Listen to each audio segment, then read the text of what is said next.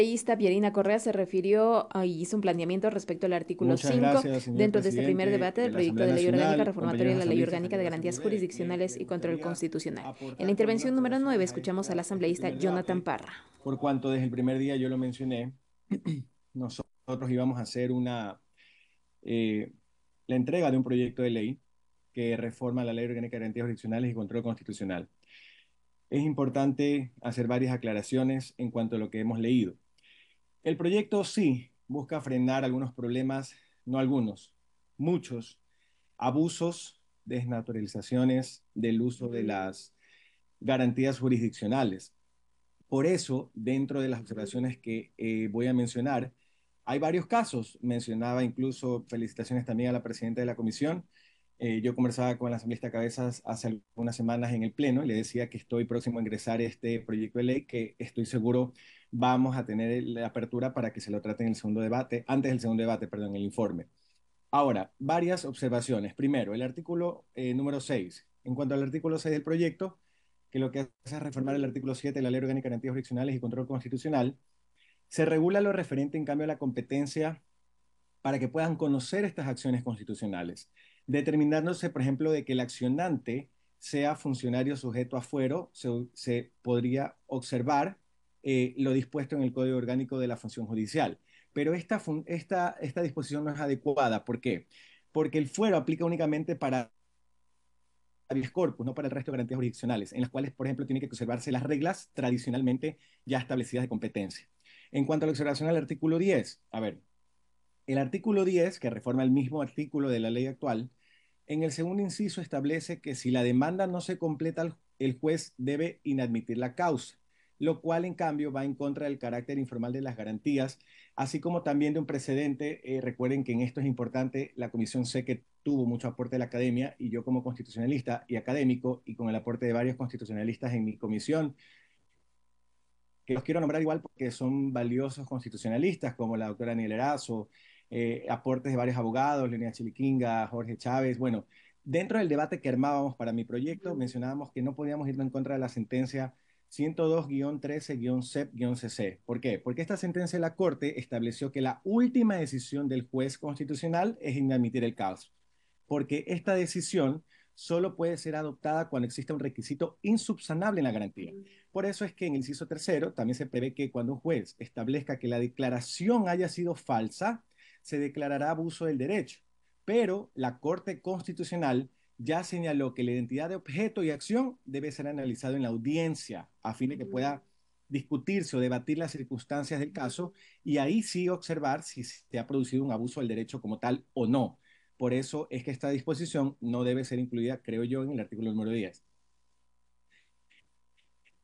En el artículo 19 y 20, que se refiere a la modificación del artículo 18 de la ley orgánica actual, el párrafo tercero del artículo establece que cuando la reparación se ordene contra el Estado, se establecerá un juicio contencioso administrativo y cuando sea contra un particular, en vía verbal sumario. Pero hay que señalar que la Corte Constitucional, en la sentencia 004-13-SAN-CC, declaró inconstitucional la palabra juicio del artículo 19 de la ley. Por lo tanto, hay que aclarar que no es un juicio, es un proceso de determinación del monto que debe ser rápido. En consecuencia del artículo 18, tercer inciso sería inconstitucional porque es contrario a una sentencia referida en la sentencia número 011-16-CIS-CC. Ahora, este artículo también se encontraría en contradicción con el artículo 20 del proyecto. ¿Por qué? Se determina que el juez directamente establecerá el monto de reparación económica. Es indispensable que en este artículo se incluya el proceso que la Corte ya desarrolló al respecto de la reparación integral. ¿En qué sentencia? En la que acabé de mencionar, la cual va a permitir que se presenten como propuesta en un proyecto de ley que se incorpore para el segundo debate. Voy a hacer llegar estas observaciones igual. Y dos temas más es las observaciones al artículo 27. Agrega un artículo enumerado al artículo 27 de la ley actual, en el cual se desarrolla la enmienda de oficio de una medida cautelar, determinando que la enmienda debe darse únicamente al momento de abocar conocimiento y calificar la garantía. Pero esta disposición lo que hace es inobservar el proceso de las medidas cautelares en el que no hay una fase de admisión como tal por la naturaleza, por la urgencia. Pues entonces, siendo indispensable que una vez que usted presenta la acción, el juez resuelva o no su concesión. Por ello es que la última parte de este artículo debe cambiarse estableciendo que la decisión de enmendar la garantía deberá efectuarse en la resolución de medidas cautelares de forma motivada. En el artículo 28 del proyecto de ley, que modifica el artículo 32, se establece la obligación de que las medidas cautelares sean notificadas a las instituciones que han sido accionadas, pero esto inobserva una vez más lo que la Corte Constitucional dijo en la sentencia 026-13-SCN-CC. Declaró que el artículo 33 establece que no es necesaria la notificación a la institución accionada porque la naturaleza de esta solicitud, de esta medida, es la rapidez, pues en la inmediatez de la medida cautelar, si no se pierde su naturaleza. Voy a ser breve con dos más. El artículo 33, que reforma el artículo 42, omite diferenciar las causales de admisión y procedencia de la acción de protección, que la Corte Constitucional ya aclaró en la sentencia número 102-13-CEP-CC. Y por último, se reforma el artículo 142 de la ley actual, con el artículo 50 del proyecto que estamos debatiendo, estableciendo que la posibilidad de la consulta de norma pueda ser remitida por cualquier autoridad, incluso administrativa. Esto no es posible, esto no es adecuado en mi punto de vista, porque se va a cambiar la naturaleza o la posición de la Corte Constitucional, porque va a ser más un órgano de consulta y dada la carga laboral que nosotros sabemos cuántos años pasan para que conozcan hay ciertas acciones extraordinarias de protección. Por ejemplo, por eso es que la consulta de norma, conforme a la Constitución, lo determina que debe ser remitida únicamente por el juez. Ampliar el ámbito sería no observar lo dispuesto en nuestra Constitución de la República.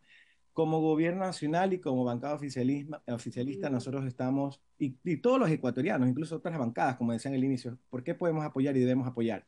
Porque el pueblo ecuatoriano se pronunció en el referéndum y dijo, sí, yo quiero que exista justicia constitucional especializada, porque todos habíamos escuchado sobre el abuso y la prostitución, y disculpen el término, pero es la verdad, de las garantías jurisdiccionales, donde cualquier delincuente iba a solicitar un habeas corpus y el abogado no solo salía con una salchipapa, sino con un habeas corpus sin tomar en cuenta ese juez lo que realmente pasaba en el sistema judicial o los precedentes de Corte Constitucional que estaban ahí. Por eso, estas reformas deben ir encaminadas a precautelar la naturaleza de esta materia. ¿Cuál es la protección de los derechos constitucionales? La comisión, estoy seguro, va a hacer la valoración respectiva de estas propuestas que voy a enviar estas observaciones, adicional al proyecto de ley que estoy seguro Adrián y Paola como presidenta y vicepresidente hemos conversado sobre mi proyecto porque tenemos que cuidar de que la cura o la propuesta no salga peor que la enfermedad porque lo que debemos asegurar nosotros es asegurar un escenario de que no se presente inseguridad jurídica. Un tema muy profundo es el establecimiento, por ejemplo, de esta justicia constitucional especializada, pero para eso debemos revisar a fondo qué pasa con el tema de la garantía de los derechos a través del costo de los derechos, lo que mencionábamos siempre en la academia.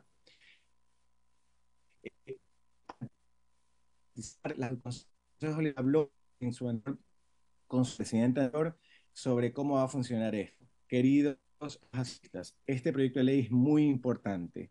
No lo minimicen, que esto toma parte de verdaderos planes de anticriminalidad que aseguran un sistema judicial para que hagan lo que dijo la Corte Constitucional y así no estarnos quejando de cuando el juez dice es que yo no sabía, yo no fui, había policías y los militares agarren a los delincuentes, el sistema judicial aporte de manera correcta a darle seguridad a los ecuatorianos.